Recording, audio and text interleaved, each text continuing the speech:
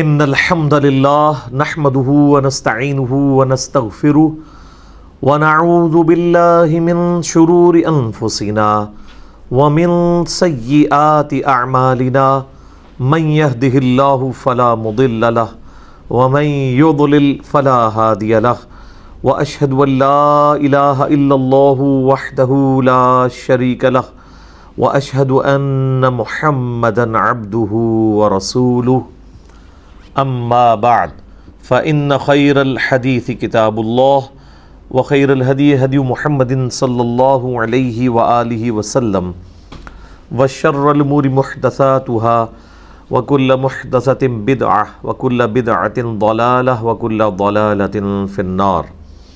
أعوذ بالله السميع العليم من الشيطان الرجيم من همزه ونفخه ونفثه. بسم الله الرحمن الرحيم. رب اشرح لي صدري ويسر لي امري واحلل عقدة من لساني يفقهوا قولي. بسم الله الرحمن الرحيم. ان الله وملائكته يصلون على النبي يا ايها الذين آمنوا صلوا عليه وسلموا تسليما. اللهم صل على محمد وعلى آل محمد كما صليت على ابراهيم وعلى آل ابراهيم انك حميد مجيد. اللهم بارك على محمد وعلى آل محمد كما باركت على إبراهيم وعلى آل إبراهيم إنك حميد مجيد. اللهم ربنا آتنا في الدنيا حسنة وفي الآخرة حسنة وقنا عذاب النار. لا إله إلا أنت سبحانك إني كنت من الظالمين. حسبنا الله ونعم الوكيل. يا حي يا قيوم برحمتک استغیث ولا حول ولا قوة الا باللہ العلی العظیم. ربنا آتنا من لدنک رحمہ وہیئ لنا من امرنا رشدا. آمین. الحمدللہ آج 10 مئی 2020 کی سنڈے والی کلاس کی اسٹوڈیو ریکارڈنگ ہونے جا رہی ہے. قرآن کلاس نمبر 28 انشاءاللہ تعالی سورۃ البقرہ کی آیت نمبر 189 سے آن ورڈ ہم سٹارٹ لیں گے.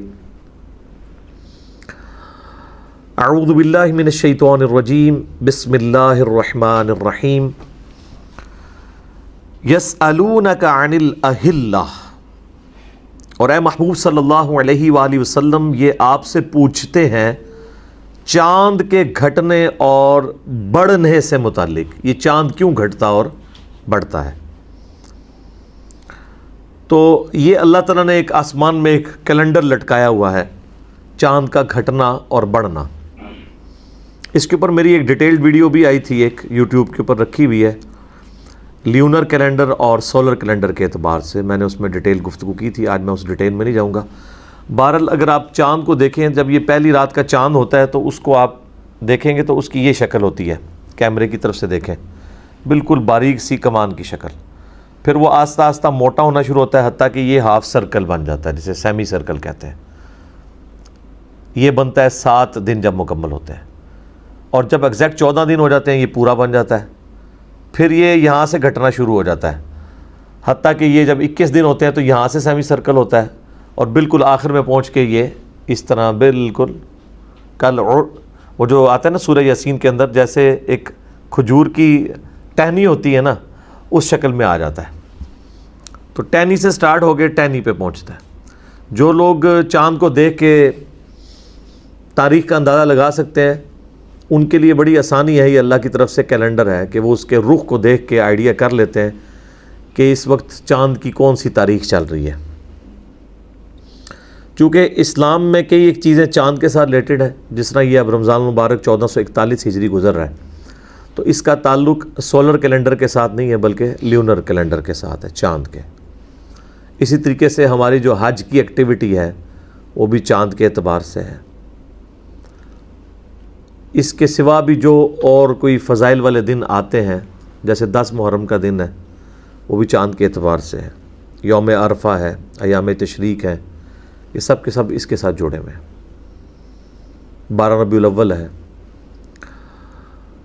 لیکن جو ہماری نمازیں ہیں وہ سورج کے ساتھ ریلیٹڈ ہے کہ سورج کی روشنی میں جب ایک ورٹیکل چیز کا سایہ ایگزیکٹ اس کے اپنے سائے کے برابر پلس سایہ اصلی جو سب سے کم سایہ ہوتا ہے دن میں، اس کے برابر ہو جائے گا تو وہ آپ کا عصر کا وقت شروع ہو جاتا ہے۔ اور جیسے ہی وہ اپنے یعنی سایہ اصلی کو کراس کرتا ہے تو ہم اسے کہتے ہیں زوال آفتاب، یعنی آفتاب گرنا شروع ہو گیا تو ظہر کا وقت داخل ہو جاتا ہے۔ اور پھر وہ گرتا گرتا اتنا گرتا ہے کہ ایک ورٹیکل چیز کا سایہ اپنے برابر پلس اس سایہ اصلی کے برابر ہوتا ہے تو عصر کے وقت، پھر جب وہ غروب ہو جاتا ہے تو مغرب کا وقت۔ اسی طریقے سے ٹیوب لائٹ جب فجر کی طرف نمودار ہوتی ہے، صبح صادق جسے ہم کہتے ہیں، وہ فجر کا وقت، سورج نکلتا ہے تو فجر کا وقت ختم، اشراق کا وقت شروع۔ پھر جو ہمارے مکروہ اوقات ہیں وہ بھی سورج کے ساتھ ریلیٹڈ ہے۔ سورج کی ٹکیا جب نکل رہی ہوتی ہے تو اس ٹرانزیشن پیریڈ میں وہ زرد ٹکیا کے باہر آنے کا جو اس دورانیہ ہوتا ہے نا 7-8 منٹ، اس میں نماز منع ہے۔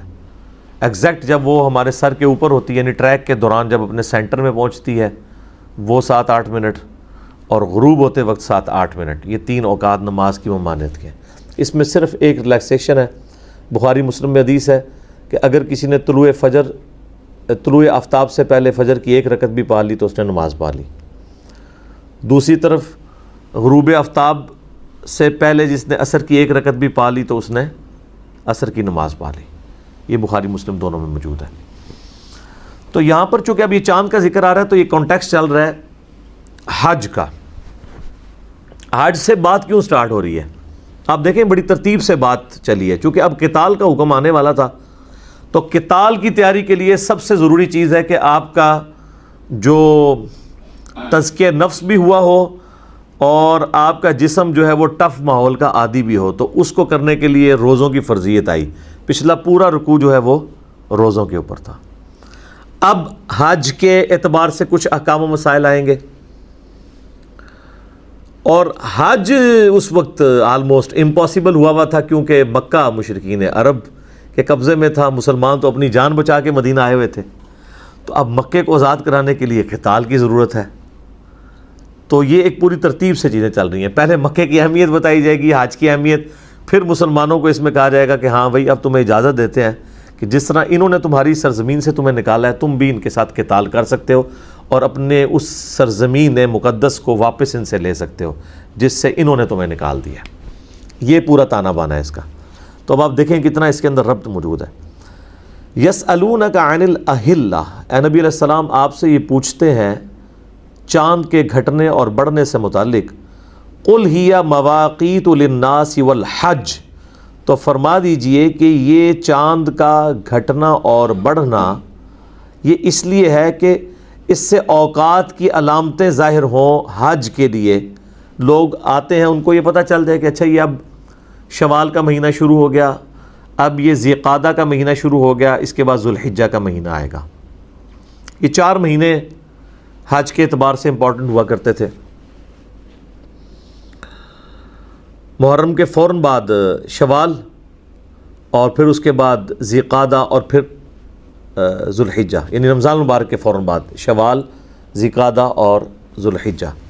تو یہ جو 3 مہینے تھے نا، شوال، ذی قعدہ اور ذو الحجہ، ان کو حج کے مہینے کہا جاتا تھا کیونکہ لوگوں کے پاس اس وقت تیزی سے سفر کرنے والی کوئی گاڑیاں یا جہاز تو نہیں ہوتے تھے، تو لوگ رمضان کے فوراً بعد ہی حج کے لیے نکل پڑتے تھے، دور دراز کے جو لوگ ہیں۔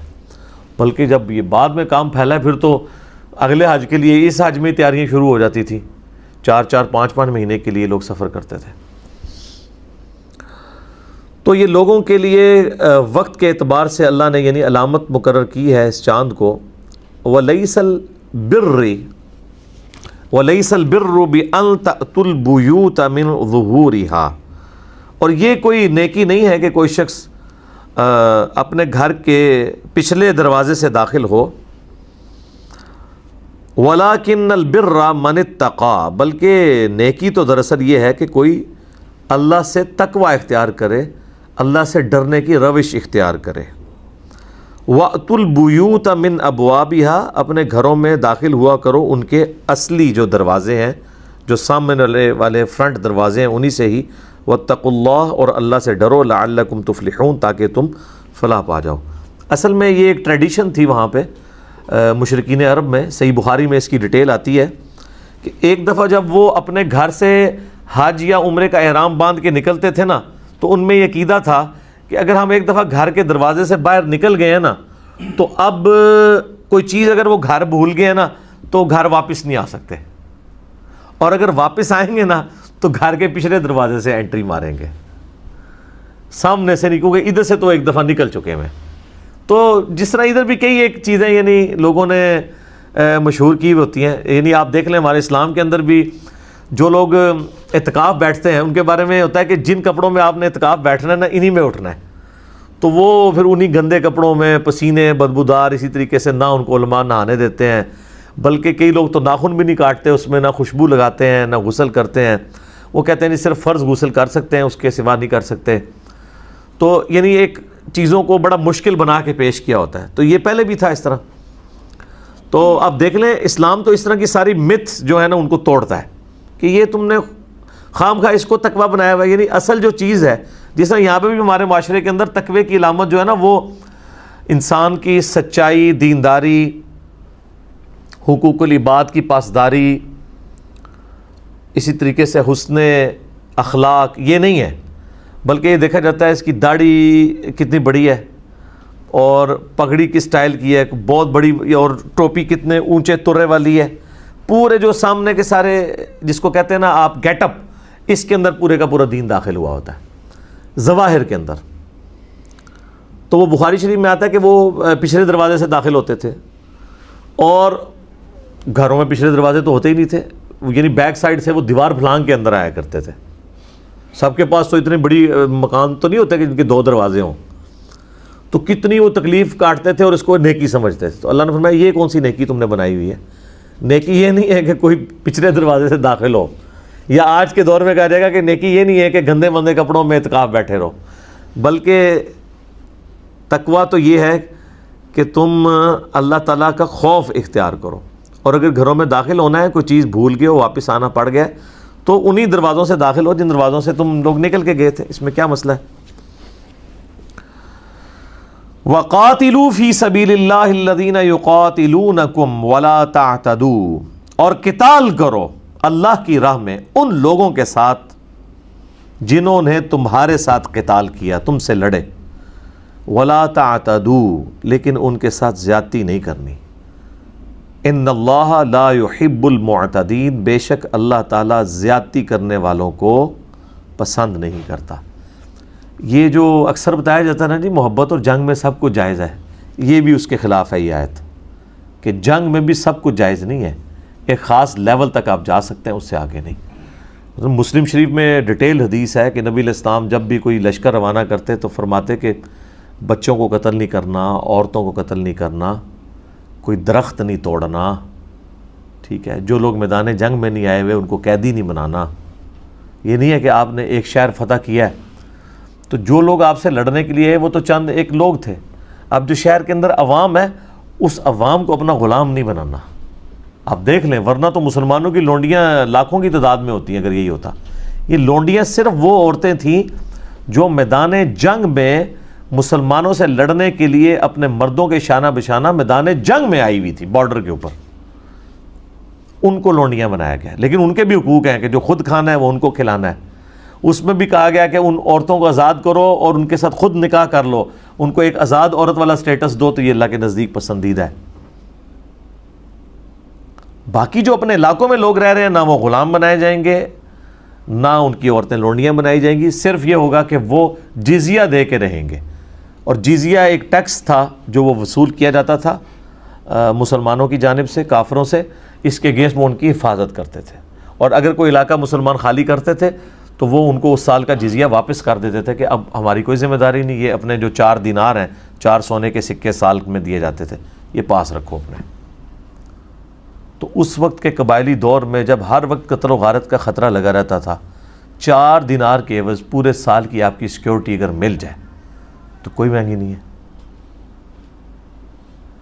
اور یہ کافروں سے جزیہ لیا جا رہا ہے, مسلمانوں سے بھی لیا جاتا تھا وہ زکوٰۃ, مسلمان بھی ٹیکس پے کر رہے ہوتے تھے.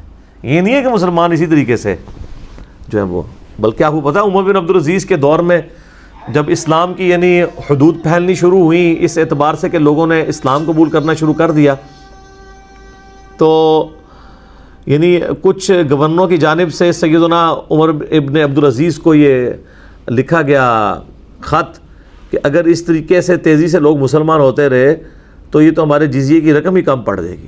تو حضرت عمر بن عبدالعزیز بڑے ناراض ہوئے، انہوں نے کہا نبی علیہ السلام کو اللہ تعالیٰ نے کوئی ٹیکس کلیکٹر نہیں بنا کے بھیجا ہے، وہ اللہ کے پیغمبر ہیں، تو ہماری تو یہ کامیابی ہے کہ کوئی شخص اسلام قبول کر لیتا ہے، بھلے اسی وجہ سے کر لے کہ وہ جزیے سے بچ جائے، لیکن اسلام میں جب آئے گا تو وہاں بھی اس کو زکوٰۃ تو دینی پڑے گی۔ لیکن اصل یہ وجہ نہیں تھی کہ وہ جزیے سے بچنا تھا، جزیہ کیا تھا؟ اس سے زیادہ مال تو وہاں کے ڈاکو ان سے لوٹ کے لے جاتے تھے، رومن امپائر کے بدماش جو ٹیکس کلیکٹر تھے وہ آ کے لے کے چلے جاتے تھے، 4 دینار تو کچھ بھی نہیں تھا ان کے لیے۔ مسلمانوں کے وہ اخلاق سے متاثر ہوئے کہ مسلمان اتنے اپ رائٹ ہیں، اتنے انصاف پسند ہیں، اتنے منصف مزاج ہیں، اس چیز نے ان کو اٹریکٹ کیا تھا۔ تو اللہ طرف ہمارا قتال کرنا ہے لیکن حد سے نہیں بڑھنا، اللہ کو حد سے بڑھنے والے پسند نہیں ہے، یعنی محبت اور جنگ میں سب کو جائز نہیں ہے۔ بخاری مسلم میں یہ حدیث ہے کہ جنگ دھوکے کا نام ہے۔ اس کا یہ مطلب نہیں کہ جنگ میں آپ نے اگر مخالف فریق کے ساتھ کوئی عہد کیا تو وہ عہد توڑ دینا ہے، وہ تو حرام ہے۔ وہ سورۃ الانفال میں آیا کہ اگر کافر کے ساتھ عہد ہے آپ کا تو عہد کو اعلانیہ توڑیں گے، اور اس کو بھی مطلب ایک وقت ملے گا کہ وہ بھی جنگ کی تیاری کرے۔ جب تک آپ عہد اعلانیہ نہیں توڑیں گے آپ اس کے ساتھ گریلا وار بھی نہیں کر سکتے۔ یہی وجہ ہے کہ مولانا مودودی رحمہ اللہ تعالیٰ نے 1948 میں پاکستانی حکومت کی مخالفت کی تھی اس بات پہ کہ یہ فوجیں کشمیر میں داخل کریں۔ اس لیے نہیں کہ وہ کہتے تھے کہ انڈیا سے جہاد کرنا منع ہے، اس لیے کہ وہ یہ کہتے تھے کہ آپ ملکوں کی باؤنڈری میں بندھے ہوئے ہیں اور آپ اندر خانے تو فوجیں داخل کریں اور اوپر امن کا معاہدہ چل رہا ہو، یہ غلط ہے۔ آپ اعلانیہ جنگ ڈکلیئر کریں کہ آپ ہمارے دشمن ہو، جنگ کے لیے تیار ہو جاؤ، تو بالکل یہ ٹھیک ہے۔ جامعہ ترمذی میں ابو داؤد میں وہ حدیث موجود ہے نا، حضرت معاویہ رضی اللہ تعالیٰ عنہ کے دور ملوکیت کے اندر رومن امپائر سے ایک معاہدہ چل رہا تھا، تو اس معاہدے کی مدت جب بالکل قریب ہوئی تو پورے ہونے کی، تو حضرت معاویہ نے پہلے ہی ان کے بارڈر پہ لا کے فوجیں بٹھا دی۔ جیسے ہی کل کی ڈیٹ میں یہ معاہدے کی ڈیٹ اینڈ ہوگی تو ان پہ ٹوٹ کے ان کا وہ علاقہ ان سے چھین لیں گے۔ تو وہاں پہ ایک صحابی جو تھے سیدنا عباسہ رضی اللہ تعالیٰ عنہ علیہ السلام، وہ گھوڑے کو ایڑی لگاتے ہوئے تو مسلمانوں کی فوج میں سے نکل کے بارڈر پہ سامنے آگے کھڑے ہو گئے کہ میں تمہیں یہ کام نہیں کرنے دوں گا، کیونکہ رسول اللہ سے میں نے سنا تھا جس قوم سے تمہارا معاہدہ ہو جب تک اس معاہدے کو اعلانیہ ختم نہ کرو اس طرح ان پہ عمل نہیں کر سکتے۔ تو حضرت معاویہ کو، حالانکہ وہ اتنے سخت مزاج حکمران تھے، اس صحابی کے سٹینڈ کی وجہ سے اپنا ڈیسیژن واپس لینا پڑ گیا۔ تو آپ دیکھ لیں محبت اور جنگ میں سب کچھ جائز نہیں ہے۔ جنگ دھوکے کا نام ہے، مراد یہ ہے کہ جنگ میں آپ توریہ کر سکتے ہیں، جھوٹ بول سکتے ہیں اپنی جان بچانے کے لیے، جو سورۃ النحل کی آیت نمبر 106 میں ہے، زندگی موت کی کشمکش بنے تو آپ جھوٹ بھی بول سکتے ہیں، آپ سور کا گوشت بھی کھا سکتے ہیں، مردار بھی کھا سکتے ہیں، غیر اللہ کے نام پہ ذبح کی ہوئی چیز بھی کھا سکتے ہیں، اور بہتا ہوا لہو بھی کھا سکتے ہیں، چاروں چیزیں جو منع ہے ایز اے لاسٹ ریزارٹ۔ تو جنگ میں بھی سب کچھ جائز نہیں ہے، اس کے بھی اصول ہیں، اور محبت کے تو اصول اتنے اسٹرکٹ ہیں اسلام کے اندر کہ اس کائنات میں سب سے زیادہ محبت مخلوقات میں اگر کسی سے ہو سکتی تھی تو وہ محمد رسول اللہ ہیں صلی اللہ علیہ وآلہ وسلم۔ لیکن ان کے بارے میں بھی ابو داؤد ترمذی ابن ماجہ میں آتا ہے، ایک صحابی نے سجدہ کیا، آپ نے کہا سر اٹھا کیا کر رہا ہے، جب میں فوت ہو جاؤں گا اور تو میری قبر سے گزرے گا کیا میری قبر پہ بھی سجدہ کرے گا؟ کہا نہیں یا رسول اللہ۔ تو فرمایا پھر مجھے کیوں کر رہے ہو؟ اگر میں سجدہ جائز سمجھتا تو بیویوں سے کہتا کہ اپنے خامدوں کو سجدہ کریں اس حق کے سبب جو اللہ نے ان کو دیا ہے۔ تو نبی علیہ السلام نے عشق دے چلے نمبر لے گئے اس چیز کو انڈورس نہیں کیا، بلکہ عقل والی جو روش ہے اس کو سپورٹ کیا ہے۔ صحیح بخاری میں آتا ہے کہ صلح حدیبیہ کا معاہدہ لکھا جا چکا تھا، اور اسی دوران وہ جو معاہدہ لکھنے والا ہے نا سہیل ابن عمر، وہ مسلمان اس کا بیٹا ہو چکا ہوا تھا، وہ خود کافر تھا، ابو جندل، اور وہ اپنے باپ کی بیڑیاں چھڑوا کے تو وہیں پہ پہنچ گیا مسلمانوں کے اس معاہدے کے دوران۔ حالانکہ اس وقت یہ تو ایک سمجھ لیں بونس کے طور پہ اسے لیا جا سکتا تھا، لیکن حضور نے کہا کہ نہیں ابو جندل صبر کرو، معاہدہ لکھا جا چکا ہے۔ حالانکہ وہ ٹرانزیشن پیریڈ تھی، وہ تو طے ہوا تھا کہ اگر کافروں کی طرف سے کوئی مسلمان ہو کر مسلمانوں کے پاس آیا تو واپس کیا جائے گا، تو وہ جب معاہدہ لکھ رہے تھے وہ اس کے بعد تو مسلمان کو ہو کے نہیں آیا تھا، وہ تو پہلے کا مسلمان تھا، وہ تو اس دوران ہی آ گیا تھا۔ اگر ٹیکنیکلی دیکھا جائے وہ اس معاہدے میں لائن نہیں کرتا تھا، لیکن حضور علیہ السلام اتنے اپ رائٹ تھے کہ کسی دور کے درجے میں بھی میرے اوپر یہ الزام نہ لگے کہ یہ عہد کی پاسداری کرنے والے نہیں ہیں، کیونکہ قرآن میں سورہ بنی اسرائیل میں 10 کمانڈمنٹس میں آیا کہ عہد کی پاسداری کرو، تم سے عہد کے بارے میں پوچھا جائے گا، اور مسند احمد کی حدیث ہے کہ جو عہد پورا نہیں کرتا اس کا کوئی دین ہی نہیں ہے۔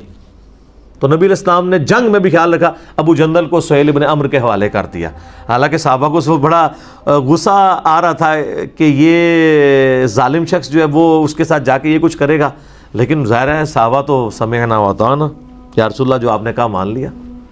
ٹھیک ہے، اذانیں شروع ہوگی انشاءاللہ، بقیہ کی کلاس اذان کے وقفے کے بعد انشاءاللہ۔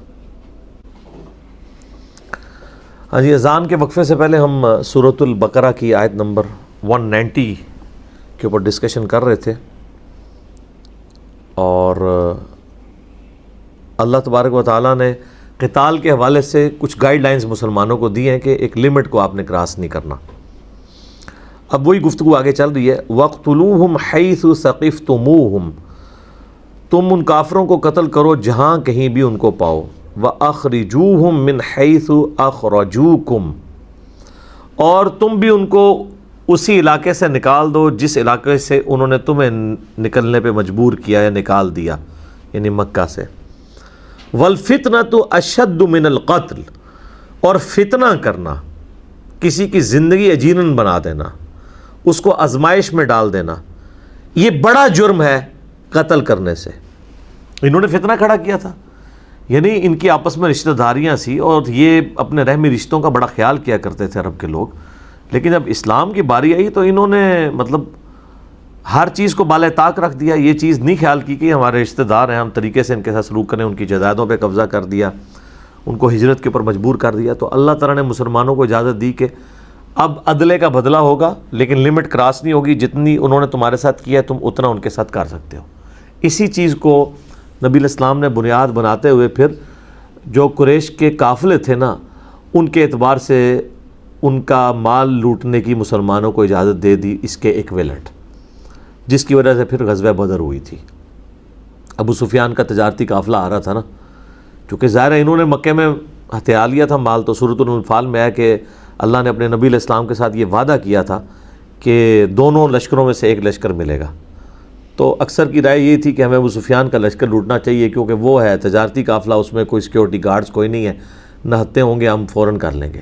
لیکن سورۃ الانفال میں آتا ہے اللہ تعالیٰ تو حق کا حق ہونا اور باطل کا باطل ہونا ظاہر کرنا چاہتا تھا، اس لیے تو مسلمان چاند ایک وہ ڈنڈے اور تلواریں تھوڑی سی لے کے نکلے تھے کہ وہ تو ایک تجارتی قافلہ لوٹنا تھا۔ اللہ نے کہا نہیں، میں تو اب تمہیں لڑواؤں گا ان کے مسلح لوگوں کے ساتھ، 1000 کے قریب وہ لوگ آ گئے، یہاں پہ 313 ہیں، وہ بھی نہاتے ہیں۔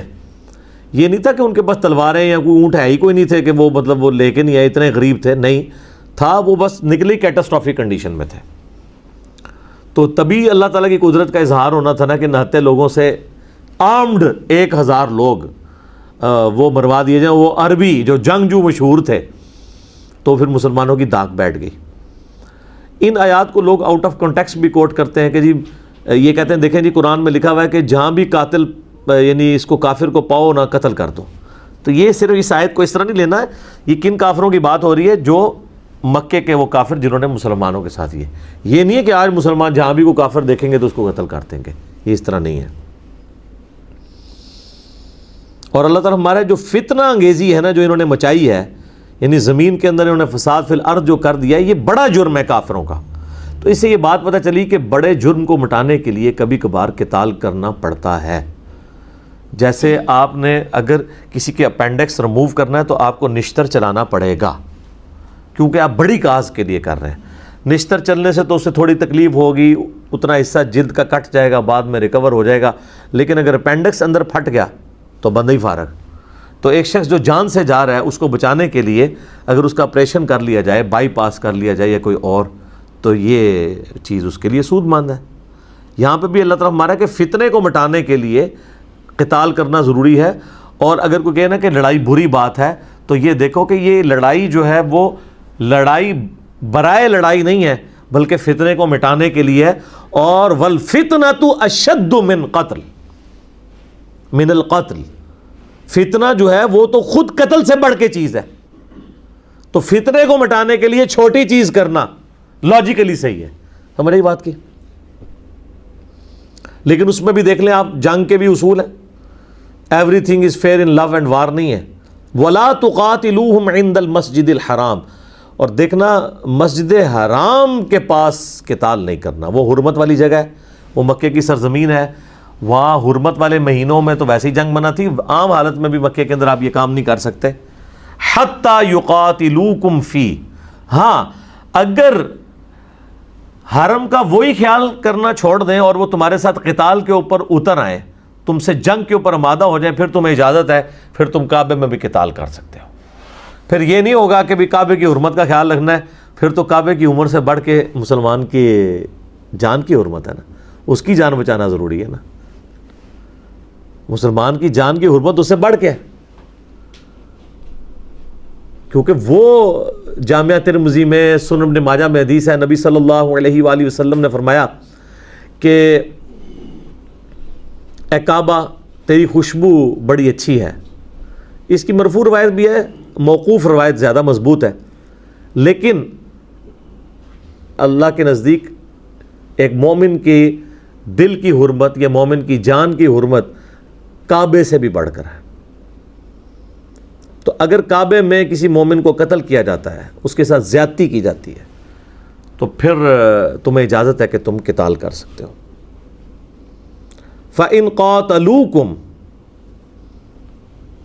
فَاقْتُلُوهُمْ، اگر وہ تم سے لڑے حرم میں بھی، تم بھی ان سے لڑو.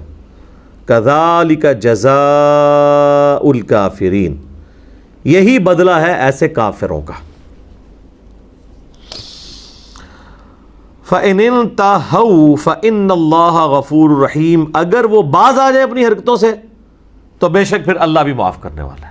یعنی اگر وہ خود ہی کنفرنٹریشن اوائڈ کر دیتے ہیں، پیچھے ہٹ جاتے ہیں فتنے سے، تو پھر تم بھی یعنی معافی کی روش اختیار کرو. وَقَاتِلُوهُمْ حَتَّى لَا تَكُونُ فِتْنَةٌ، اور قتال کو اب تم نے جاری رکھنا ہے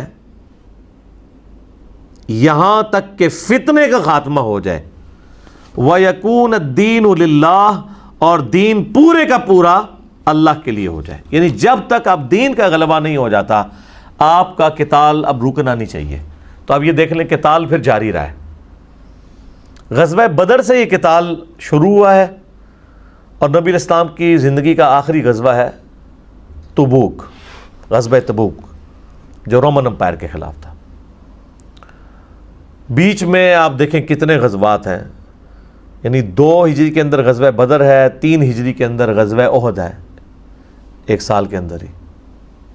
5 میں غزوہ خندق ہے، 6 میں صلح حدیبیہ ہو گئی، 7 میں غزوہ خیبر ہو گئی، 8 میں فتح مکہ، اور فتح مکہ کے 3-4 مہینے کے بعد غزوہ حنین ہوئی. جو مشرکین کے بچے کچھ ایک قبائل رہ گئے تھے، جو ان کے ساتھ آخری فیصلہ کن جنگ. اس کے بعد پورے عرب کے اوپر مسلمانوں کو غلبہ مل گیا، اور پھر نبی علیہ السلام تبوک کی طرف 9 ہجری میں روانہ ہوئے. وہ جنگ نہیں ہو سکی کیونکہ وہ کیسر روم ہی بھاگ گیا. نبی علیہ السلام 40 دن تک پھر رومن امپائر کے بارڈر کے اوپر رہے، اور وہاں کے جتنے قبائل تھے ان کے وہ سردار آ کے آپ کو ملتے تھے اور معاہدہ کرتے تھے کہ ہم آپ کے ساتھ ہیں، ہاں اگر آپ کے ساتھ نہیں ہیں تو آپ کے مخالفین کے ساتھ بھی نہیں ہوں گے، نیوٹرل رہیں گے. تو اس طرح نبی علیہ السلام اپنی مبارک زندگی میں عرب کے بارڈر کو محفوظ کر کے گئے. پھر یہ جنگیں قادسیہ اور یرموک تو بعد میں ہوئی ہیں. تو ابھی تو بدر بھی نہیں ہوئی ہے، اور اللہ تعالیٰ ہمارا ہے کہ یہ قتال جاری رہے گا جب تک کہ فتنے کا خاتمہ نہ ہو جائے. اب ظاہر ہے کہ نبی علیہ السلام کو تو یہ نہیں پتا تھا کہ یہ اینڈ فتنے کا کب ہونا ہے. غزوہ بدر کے اندر جس طرح ان کو عبرت ناک شکست ہوئی کافروں کو، تو نبی علیہ السلام نے یہی اس سے کنسیو کیا کہ فتنہ ختم ہو گیا، کیونکہ 70 سردار ان کے مارے گئے. قریش نے تو کبھی سوچا نہیں تھا کہ ان کے ٹکر کا کوئی ہے، ان کے تو تجارتی قافلہ نہیں کوئی لوٹتا تھا. پھر یہ بہادر تھے، جنگجو تھے، پورے عرب کے اوپر قریش کا غلبہ تھا، یعنی سب سے ٹاپ کا خاندان قریش کا تھا. اوپر ان کے پاس کعبے کی بھی خدمت تھی، اس کی وجہ سے بھی ان کو رسپیکٹ کی نگاہ سے دیکھا جاتا تھا. تو قریشیوں کی تو مٹی پلید ہو گئی جب ان کو شکست ہوئی، اور وہ بھی پھر قریشیوں کے ہاتھوں ہی ہوئی، ٹھیک ہے. تو اور ان قریشیوں کے ہاتھوں ہوئی کہ جن کو انہوں نے ذلیل کر کے اپنی طرف سے، وہ غریب بیچارے مسلمان، ان کو نکالا ہوا تھا انہوں نے، تو ان کے لیے تو بڑی امبیرسمنٹ ہو گئی تھی اس حوالے سے. 70 سردار مارے گئے، 70 کو قیدی بنا لیا گیا، تو پیچھے کیا بچ گیا ان کے؟ تو نبی اسلام نے اس سے یہی رزلٹ نکالا کہ یہ فتنہ ختم ہو گیا. لیکن اللہ کو تو پتہ تھا ابھی تو احد بھی ہونی ہے، خندق بھی ہونی ہے، اور یہ معاملات تو چلنے ہیں. اسی وجہ سے پھر نبی اسلام نے یہ اجتہاد کیا کہ ان کے قیدیوں کو فدیہ لے کے چھوڑ دیا جائے. وہ آگے آ جائے گا، لیکن اللہ تعالیٰ اس چیز سے ناراض ہوا کہ آپ کو فدیہ لے کے نہیں چھوڑنا چاہیے تھا. ابھی تو جنگ ختم نہیں ہوئی، تو بیٹل فیلڈ تھی، ابھی تو اگلی بیٹل فیلڈ آنی ہے. اور نبی الاسلام کے بارے میں، حضرت بکر کے بارے میں، ان دونوں نے یعنی آپس میں یہ مشورہ کیا. باقی حضرت عمر کی رائے تھی کہ ان کو قتل کیا جائے. نبی الاسلام ذرا نرم دل تھے، حضرت بکر بھی، تو انہوں نے کہا کہ نہیں. بہر اللہ تعالیٰ نے حضرت عمر کی رائے کو پسند فرمایا، لیکن ان کے اجتہاد کو بھی غلط نہیں اس اعتبار سے کہا، اور کہا کہ اگر وہ پہلے ایک آیت نازل نہ ہوئی ہوتی نا تو اللہ تعالیٰ، بڑے سخت الفاظ ہیں، میں نے اس پہ عصمت انبیاء والے لیکچر میں اس کو ڈسکس کیا ہے. سورہ قتال، سورہ محمد کی آیت، اسے سورہ قتال بھی کہتے ہیں. بال پھر اللہ نے کہا یہ اب جو فدیہ لے لیا یہ کھاؤ، تمہارے لیے حلال ہے، کوئی مسئلہ نہیں ہے. لیکن فتنہ تو جو ہے نا وہ ختم نہیں ابھی ہوا. اچھا، اسی آیت کے کانٹیکسٹ میں ایک حدیث ہے بخاری کے اندر. عبداللہ بن عمر کے پاس ایک شخص آ کے نا یہی آیت پڑھتا ہے، وَقَاتِلُوهُمْ حَتَّى لَا تَكُونَ فِتْنَةٌ وَيَكُونَ الدِّينُ لِلَّهِ. قتال جاری رکھو جب تک کہ فتنہ خاتمہ نہ ہو جائے فتنے کا، اور دین پورے کا پورا اللہ کے لیے نہ ہو جائے. اور یہ دور ہے حضرت عبداللہ ابن زبیر اور بنو امیہ کی لڑائیوں کا. تو وہ شخص آ کے کہتا ہے، صحیح بخاری کے الفاظ ہیں کہ حضرت آپ قتال کیوں نہیں کرتے ہیں؟ آپ فتنہ دیکھ نہیں رہے ہیں؟ قرآن کا یہ حکم ہے کہ قتال جاری رکھو جب تک کہ دین پورے کا پورا اللہ کے لیے نہ ہو جائے. تو آپ دیکھ رہے ہیں کہ مسلمانوں کے گروہ آپس میں لڑ رہے ہیں، تو آپ بھی اس قتال میں حصہ لیں. تو عبداللہ بن عمر کو بڑا غصہ آیا. انہوں نے فرمایا کہ ہم رسول اللہ کے زمانے میں یہ قتال کر چکے ہوئے ہیں. ہم لوگ تو قتال کرتے تھے تاکہ پورے کا پورا دین جو ہے وہ اللہ کے لیے ہو جائے، اور تم لوگ جو قتال کرتے ہو نا، تم لوگ دنیا کی محبت کی وجہ سے یہ سب کچھ کر رہے ہوتے ہو. یہ وہ قتال نہیں ہے. پھر انہوں نے کہا کہ دوسری وجہ یہ ہے کہ اسلام کی بنیاد تو صرف 5 چیزوں پہ ہے: کلمہ، نماز، روزہ، حج، زکوٰۃ. جو ترتیب ہے بخاری مسلم دونوں میں حدیث ہے، اسلام کی بنیاد 5 چیزوں پہ ہے. گواہی دو لا الہ الا اللہ محمد رسول اللہ کی، نماز کو قائم رکھو، زکوٰۃ دو، استطاعت ہو تو حج کرو، اور رمضان کے مہینے کے روزے رکھو. انہوں نے کہا کہ یہ اسلام کی جو بنیادی 5 ارکان ہیں نا، ان میں قتال نہیں آتا. اور پھر اس نے اگلا سوال کیا، اس نے کہا جی یہ حضرت عثمان کے بارے میں آپ کا کیا خیال ہے؟ چھیڑخانی. تو انہوں نے کہا حضرت عثمان سے غلطی ہوئی تھی، اللہ نے ان کو معاف کر دیا غزوہ احد میں، وہ میدان جنگ جو چھوڑ گئے تھے. تو پھر وہ کہنے لگا حضرت علی کے بارے میں آپ کا کیا خیال ہے؟ تو عبداللہ بن عمر کہنے لگے کہ حضرت علی کی کیا شان ہے، وہ تو رسول اللہ کے داماد ہیں، اور جو تم جس جگہ پہ کھڑے ہو تمہارے پیچھے ہی تو نبی الاسلام کی بیٹی فاطمہ کا گھر ہے جن کے وہ شوہر تھے، تو حضرت علی کے تو کیا کہنے. تو وہ پھر نہ سر پھینک کے وہاں سے چلا گیا. آیا تھا وہ ایک خام خواہ ایک پنگا لینے کے لیے. اچھا، اس کا ایک طریق بخاری میں ایک اور جگہ موجود ہے. وہ آیا ہوا تھا مصر سے. مصر کے لوگ حضرت عمر کے زمانے میں، آپ کو پتہ نا فتح ہوا، حضرت عمرو بن عاص نے کیا. بعد میں حضرت عثمان کے زمانے میں مصر کی کچھ یعنی مینجمنٹ میں ایسی کمزوری آئی کہ لوگ حضرت عثمان کے خلاف ہوئے، تو وہ ان کو اچھا نہیں سمجھتے تھے. اسی وجہ سے حضرت عثمان نے وہاں کے گورنر کو ہٹا کے پھر محمد بن ابی بکر کو گورنر لگایا تھا. پھر آگے سے وہ سارا سلسلہ شروع ہو گیا مروان بن حکم والا. تو وہ بخاری کی اس حدیث میں موجود ہے کہ وہ مصر سے آنے والا شخص کہتا ہے کہ اچھا یہ حضرت عثمان کے بارے میں آپ کا کیا خیال ہے؟ تو وہ کہتے ہیں وہ تو اللہ نے ان کو معاف کر دیا ہے۔ تو وہ کہتا ہے کہ یہ بتائیے کہ کیا عثمان احد میں بھاگ نہیں گیا تھا؟ تو عبداللہ بن عمر کہتے ہیں ہاں۔ اور عثمان جو ہے وہ بدر میں بھی شامل نہیں تھا؟ ان کا ہاں۔ اور عثمان جو ہے وہ اصحاب شجرہ میں بھی شامل نہیں ہے صلح حدیبیہ کے موقع پر؟ تو عبداللہ بن عمر نے کہا ہاں وہاں پہ بھی نہیں تھے عثمان۔ تو وہ کہتا ہے اللہ اکبر، انہی حضرت عثمان سے بغض رکھنے والا ہوتا ہے۔ تو عبداللہ بن عمر اس کو بلاتے ہیں، کہتے ہیں ادھر آ، یہ تو نے مجھ سے پوچھا، میری پھکی بھی لے کے جانا جواب۔ ان کا تو نے جو پہلی بات کی نا کہ غزوہ احد میں وہ بھاگ گئے تھے، تو سورہ آل عمران میں اللہ تعالیٰ ان کو معاف کر دیا۔ جب اللہ نے معاف کر دیا تو پھر معاملہ ختم ہو گیا۔ رہا بدر والا معاملہ، تو وہ رسول اللہ کی اجازت سے نہیں آئے تھے، کیونکہ نبی علیہ السلام کی جو بیٹی تھی وہ ان کے عقد میں تھی اور وہ بیمار تھی، وہ ان کی تیمارداری کر رہے تھے۔ خیر وہ اس بیماری میں فوت بھی ہو گئی، پھر حضور نے دوسری بیٹی اپنی دے دی ان کو، اسی لیے ذو النورین کہا جاتا ہے۔ تو انہوں نے کہا نبی علیہ السلام نے اس کے باوجود کہ حضرت عثمان غزوہ بدر میں شامل نہیں تھے، ان کو بدری صحابی کے طور پہ ٹریٹ کیا، اور بدر کے مال غنیمت میں سے بھی ان کو حصہ دیا ہے، انشور کرنے کے لیے کہ کل کو یہ نہ کوئی کہے کہ وہ بدری نہیں ہے، کیونکہ بدری صحابی ہونا تو بہت بڑی فضیلت ہے۔ صحیح مسلم میں حدیث ہے نا کہ حضرت جبرائیل حضور کے پاس آئے تو حضور نے کہا کہ جبرائیل نے کہا یا رسول اللہ آپ کے صحابہ میں مراتب کیسے ہیں صحابہ کے؟ تو انہوں نے کہا سب سے افضل بدر والے ہیں اصحاب، اس کے بعد احد والے ہیں، پھر اصحاب شجرہ، اور اس طرح یعنی ترتیب کے ساتھ۔ تو انہوں نے کہا کہ ہم فرشتوں میں بھی سب سے افضل وہ ہیں جو آپ کے ساتھ بدر کے میدان میں تھے اور اس کے بعد جو احد کے میدان میں تھے، یعنی فرشتوں کی فضیلت کی نسبت بھی رسول اللہ کی نسبت کی وجہ سے صلی اللہ علیہ وآلہ وسلم۔ پھر ان کہا کہ تیسری بات انہیں صلح حدیبیہ کی پوچھی، تو حدیبیہ کے موقع پر تو عثمان سے زیادہ معزز شخص ہی کوئی نہیں تھا۔ عثمان کو تو نبی علیہ السلام نے اپنی طرف سے ایلچی بنا کے بھیجا تھا مشرکین عرب کی طرف، اور بڑی حکمت تھی حضور کی، کیونکہ مشرکین عرب بنو امیہ سے تھے، حضرت عثمان بھی بنو امیہ سے تھے، تو اس چیز کا خطرہ نہیں تھا کہ حضرت عثمان کے ساتھ وہ مس بیہیو کریں گے، کم از کم وہ خاندانی اس چیز کا خیال رکھیں گے، پھر جو خاندان کے اندر ہی پھر پڑ جایا کرتی تھی۔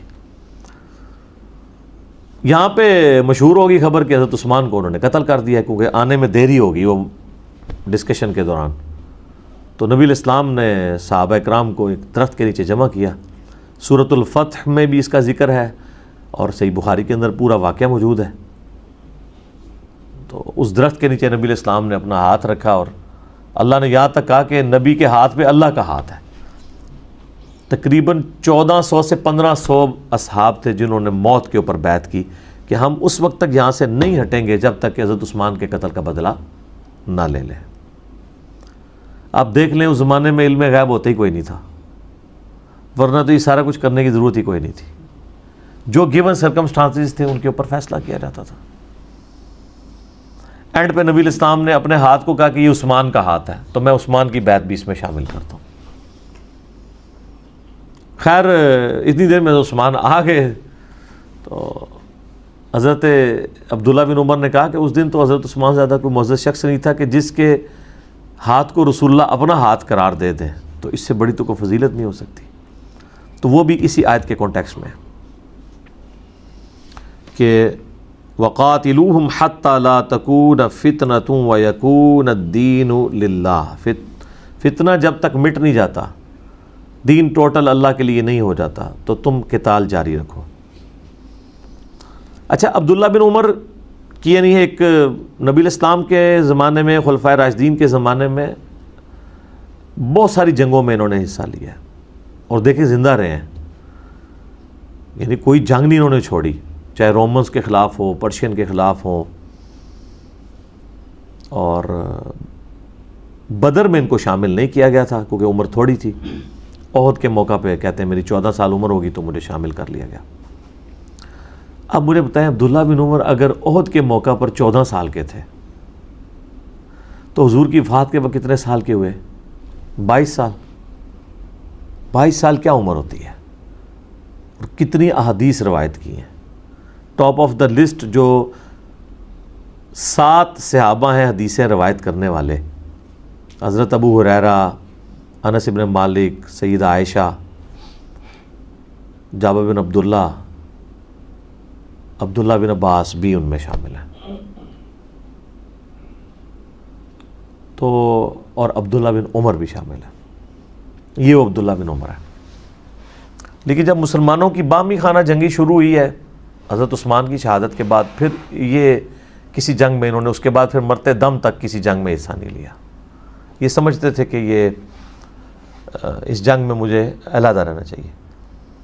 لیکن حضرت علی کے کیس میں ان سے ظاہر ہے معاملہ مس ہینڈل ہوا. وہ مجموع الزوائد کے اندر آتا ہے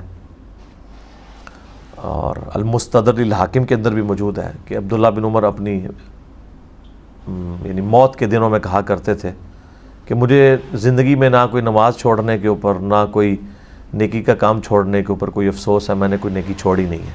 البتہ مجھے یہ افسوس رہے گا کہ میں نے علی کے ساتھ مل کے باغی جماعت کے خلاف قتال کیوں نہیں کیا.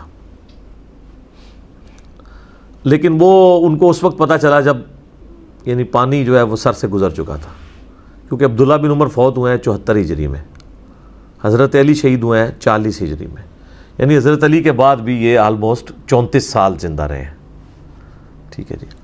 حضرت معاویہ فوت ہوئے ہیں 60 ہجری میں. حضرت معاویہ بھی گئے، اس کے بعد یزید بھی گیا، مروان بن حکم بھی مر گیا. ٹھیک ہے جی.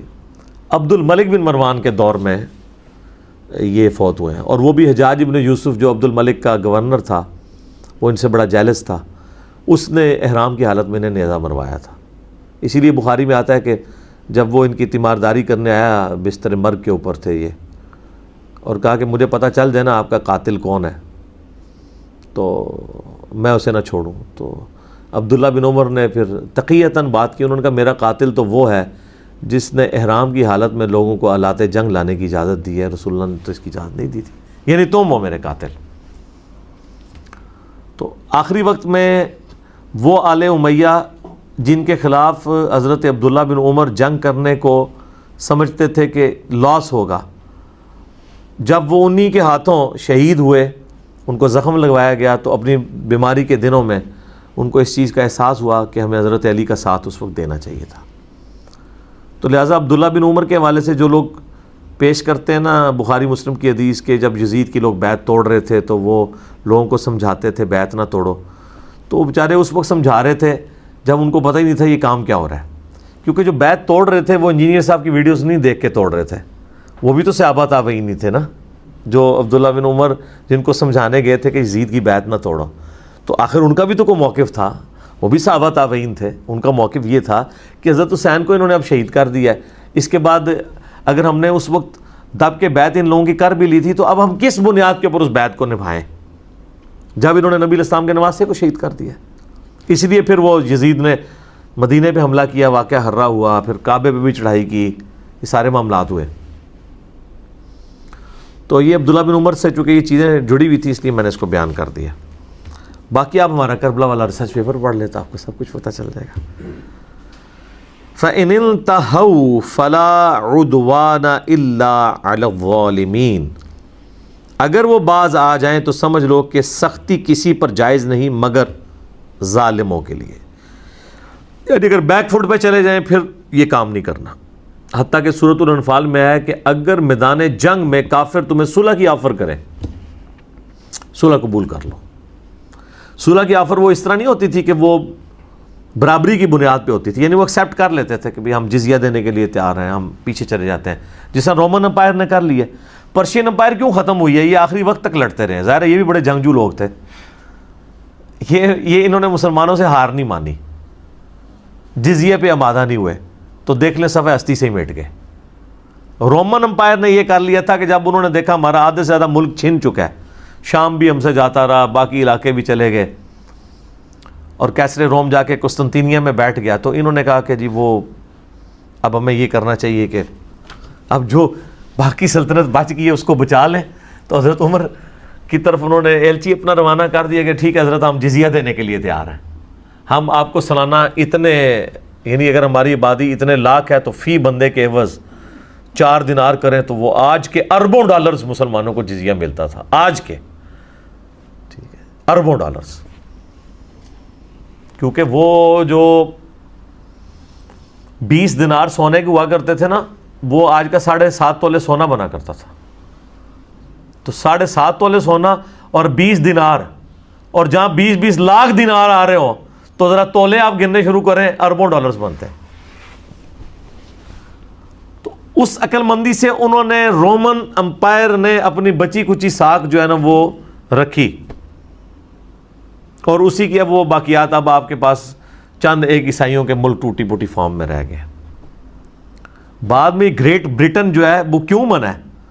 رومن سے ہی ٹوٹ کے وہ ایک قسم کا عیسائی تھے نا، ورنہ تو یہ بھی پرشینس کی طرح اسی وقت اس طریقے سے ختم ہو جاتے. صلیبی جنگیں جو مسلمانوں کی رہی ہیں کتنے سو سال تک یروشلم کی وجہ سے، رومنز کے ساتھ ہی رہی ہیں نا، کیونکہ یروشلم مسلمانوں کے پاس تھا. وہ یہ اسی طریقے سے ہے کہ امریکہ جو ہے وہ معاذ اللہ کعبے پہ حملہ کر لے تو مسلمان کو چین سے بیٹھیں گے، وہ تو جب تک کعبہ واپس نہیں لیں گے. تو ظاہر ہے یروشلم وہ عیسائی سمجھتے تھے ہماری متبرک جگہ ہے، مسلمانوں کے پاس ہے تو ہم یہ لیں گے. انہوں نے 1-2 دفعہ کوشش کی بیچ میں لینے کی، وہ پھر صلاح الدین ایوبی نے دوبارہ سے فتح کر لیا. ٹھیک ہے، اور پھر تو سلطنت عثمانیہ ہی پھر رہی ہے. وہ تو آپ کو پتہ ہے 1917 تک، 1917 تک مسلمانوں کے پاس ہی رہا یروشلم. بڑی بڑی انہوں نے رشوتیں لگائی ہیں. سلطنت عثمانیہ کو ختم اس لیے کیا گیا تھا کہ تاکہ یہودی اور عیسائی جو ہے وہ یعنی یروشلم کے اوپر دوبارہ سے اپنا قبضہ کر سکے. تو مسلمانوں نے اس کی، چونکہ مسلمان تینوں جگہ کو اپنا حرم سمجھتے ہیں، بیت اللہ کو، مسجد اقصیٰ کو اور مسجد نبوی شریف کو. تو وہ اس وقت جب یہ پہلی جنگ عظیم میں مسلمان جنگ ہار گئے، یعنی سلطنت عثمانیہ ٹوٹ گئی، پھر یہ 40 کے قریب ملک بنے، 3 براعظموں پہ پھیلی ہوئی تھی. میڈیٹرینین سی کے سارے طرف، ایشیا والا حصہ بھی، یورپ والا حصہ بھی، سب سلطنت عثمانیہ کے پاس تھا. پھر 1923 میں ایک معاہدہ لکھا گیا جو اب 2023 میں ختم ہونا ہے. اس کے بعد ٹرکی جو ہے وہ اپنا تیل بھی نکال سکتا ہے، اور وہ جو قسطنطینیہ کی جو استنبول کی گزرگاہ ہے وہاں سے وہ ٹیکس بھی وصول کر سکتا ہے. ابھی تو اس کو عالمی گزرگاہ ڈکلیئر کیا ہوا ہے، اربوں ڈالرز اس سے کما سکتا ہے وہ. تو وہ یہ جو ابھی انہوں نے ایک ڈرامہ سیریل بھی ڈب کروائی ہے ارطغرل کے نام سے ہمارے پی ٹی وی والوں نے، میں تو ویسے بڑا حیران ہوں یہ جرت کی کس طرح انہوں نے، کیونکہ امریکہ اور یورپ میں تو اس کے اوپر سختی سے پابندی ہے، کیونکہ وہ سمجھتے ہیں کہ اس کے ذریعے مسلمان اپنے ماضی کو یاد کر کے دوبارہ سے ڈومیننسی حاصل کرنے کی کوشش نہ کریں. اس کے اندر انہوں نے یہی تو دکھایا کہ سلطنت عثمانیہ کس طریقے سے بننا شروع ہوئی ہے. جب رومنز کے ساتھ صلیبی جنگیں بھی تھی، تاتاری بھی مسلمانوں پہ مسلط تھے، اور پھر اس دوران اس طریقے سے مسلمان نکلتے ہیں اور پھر وہ 3 براعظموں کے اوپر اپنی حکومت کو قائم کرتے ہیں گریجولی. ایک دن میں نہیں ہوا، یہ تو 200-300 سال لگے ہیں. حتیٰ کہ قسطنطینیہ جو تھا، استنبول جس کو بعد میں نام دیا گیا، وہ سلطنت عثمانیہ کے ہی ایک 5ویں یا 6ٹھے بادشاہ تھے سلطان محمد فاتح. تو 9ویں صدی ہجری میں انہوں نے وہ فتح کیا تھا. تو یعنی یہ ارطغرل کی اولاد میں سے ہی تھے. تو بات کہاں سے کہاں نکل گئی؟ اللہ تبارک و تعالیٰ نے فرمایا کہ اگر کوئی زیادتی پہ نہیں اترتا تو آپ لوگوں نے زیادتی پہ قائم نہیں رہنا، آپ نے معافی کی روش اختیار کرنی ہے. الشہر الحرام بالشہر الحرام، حرمت والا مہینہ حرمت والے مہینے کا بدلہ ہے. یعنی حرمت والے مہینے 4 تھے، آپ کو پتہ ہے نا، جن میں جنگ بنا تھی. کون سے؟ 3 کنزیکٹیو تھے، ذی قعدہ، ذوالحجہ اور محرم، اور چوتھا رجب. اس میں کافر بھی جنگ نہیں کیا کرتے تھے. کبھی کرنی پڑتی تھی تو ہوشیاری یہ کرتے تھے، وہ کہتے تھے اس دفعہ محرم جو ہے نا وہ چلا گیا ہے رمضان کی جگہ پہ، تو وہ پھر جس کو کہتے ہیں کتا لال کر لیا. پھر اللہ تعالیٰ نے نبی الاسلام کی برکت سے اس کو آپ کے آخری حج کے موقع پہ وہ اتنی دفعہ وہ الٹریشن پرفارم ہوئی کہ وہ اپنی اصلی جگہ پہ آ گیا. اس لیے آپ نے فرمایا کہ زمانہ گھوم گھما کے وہیں پہ واپس آ گیا ہے کہ سال میں 12 مہینے ہیں، 4 حرمت والے ہیں، اب کوئی ان کو چینج نہیں کرے گا. سورہ توبہ میں بھی 4 مہینوں کا ذکر موجود ہے. تو اگر حرمت والے مہینے میں بھی کافر جنگ کرے نا، پھر تم نے یہ نہیں کہنا کہ ہم نے شریف بن کے رہنا، نہیں، جنگ کرو گے. والحرمات قصاص، اور باقی جو معاملات ہیں ان کے اندر بھی جو چیزیں اسی برابری کے مطابق ہوں گی، جیسے کان کے بدلے کان، دانت کے بدلے دانت، آنکھ کے بدلے آنکھ۔ فَمَنِ اعْتَدَىٰ عَلَيْكُمْ فَاعْتَدُوا عَلَيْهِ بِمِثْلِ مَا اعْتَدَىٰ عَلَيْكُمْ، پھر جو کوئی تم پر زیادتی کرے تو تم پر بھی یہ اللہ تعالیٰ نے تمہیں اجازت دی ہے کہ تم اس پر اتنا ہی معاملہ اس کے ساتھ کر سکتے ہو جتنی اس نے کی ہے، یعنی اس سے بڑھ کے نہیں ہونی چاہیے۔ وَاتَّقُوا اللَّهَ، اور دیکھنا اللہ سے ڈرنا، وَاعْلَمُوا، اور جان لو، أَنَّ اللَّهَ مَعَ الْمُتَّقِينَ، اللہ تعالیٰ پرہیزگاروں کے ساتھ ہے، یعنی میدان جنگ میں بھی تقوی کی روش نہیں چھوڑنی ہے، ورنہ اللہ کی تائید اٹھ جائے گی تم سے۔ وَأَنفِقُوا فِي سَبِيلِ اللَّهِ، اور خرچ کرو اللہ کی راہ میں، وَلَا تُلْقُوا بِأَيْدِيكُمْ إِلَى التَّهْلُكَةِ، اور اپنے ہاتھوں سے اپنے آپ کو تباہی میں مت پھینکو۔ وَأَحْسِنُوا، اور اچھے کام کرو، إِنَّ اللَّهَ يُحِبُّ الْمُحْسِنِينَ، بے شک اللہ تعالیٰ پسند کرتا ہے نیکوکاری کی روش اختیار کرنے والوں کو۔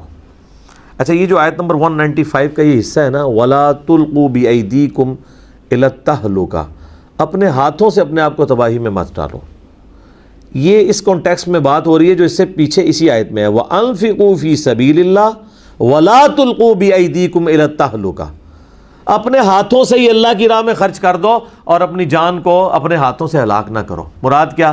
جو لوگ اللہ کی راہ میں پیسہ خرچ نہیں کرتے وہ اپنی جان کو ہلاکت میں ڈال رہے ہیں، خودکشی کر رہے ہیں، کیونکہ جو اللہ کی راہ میں خرچ کر رہے ہیں وہ تو اللہ کے بینک میں سٹور ہو رہا ہے۔ یہ ایک جنرل رول ہے، یہاں تو آیا انفاق سبیل اللہ پہ، ہر جگہ یہ اپلائی ہوگا کہ کوئی شخص اپنے ہاتھوں سے اپنی جان کو ہلاک نہیں کر سکتا۔ سگریٹ بھی اس میں آئے گا، نشہ بھی اس میں آئے گا، خودکشی بھی اس میں آئے گا، اور جان بوجھ کے میدان جنگ میں کودنا جو جنگ کہیں بنتی نہیں ہے وہ بھی اس میں آئے گا، خودکش حملہ بھی اس میں آئے گا، یہ ساری چیزیں حرام ہیں۔ اگرچہ تعویل خاص کے اعتبار سے یہ انفاق فی سبیل اللہ کے لیے کہ جو اللہ کی راہ میں خرچ نہیں کرتا گویا وہ اپنے آپ کو ہلاکت میں ڈال رہا ہے۔ کیوں؟ وہ اپنا مال جو ہے اللہ کی بارگاہ میں خرچ کر کے ہمیشہ کی زندگی حاصل کرتا۔ بخاری مسلم دونوں میں حدیث ہے، انسان پوری زندگی کہتا رہتا ہے میرا مال میرا مال میرا مال، حالانکہ تیرا مال تو وہ ہے جو تو نے کھا لیا یا پہن کر بوسیدہ کر دیا، باقی تو تیرے ورثاء کا مال ہے، یا پھر تیرا مال وہ ہے جو تو نے اللہ کی راہ میں خرچ کر کے آخرت کے دن کے لیے محفوظ کر لیا، آخرت کے دن کے لیے محفوظ ہو گیا، وہ بھی تیرا مال ہے۔ پھر بخاری مسلم میں وہ بھی حدیث ہے، نبی صلی اللہ علیہ وآلہ وسلم نے فرمایا انسان کے 3 دوست ہیں، 2 اس کی قبر تک جا کے واپس آ جاتے ہیں، ایک ہی قبر میں ساتھ جاتا ہے، اس کے مال اور رشتہ دار یہ قبر سے باہر باہر رہ جاتے ہیں۔ مال قبر تک جا سکتا ہے کہ آپ کو کسی بہترین سی گاڑی میں بٹھا کے تو وہاں جا کے اتار دیں، رشتہ دار بھی وہاں تک اتار دیں، لیکن قبر کے اندر کچھ نہیں جا سکتا، قبر کے باہر باہر رہے گا۔ مال لگ سکتا ہے قبر کے باہر، خوبصورت قبر بن جائے، ماربل لگ جائیں اس کے اوپر، بڑی مہنگی والی گھاس، آپ ذرا اسلام آباد کے قبرستان میں جا کے دیکھیں، دل خوش ہو جاتا ہے قبریں دیکھ کے، یقین کریں، نہیں سونیاں قبراں نے، لیکن وہ باہر ہی سونیاں نے، اندر کا معاملہ جو ہے نا وہ کوئی نہیں چینج کر سکتا۔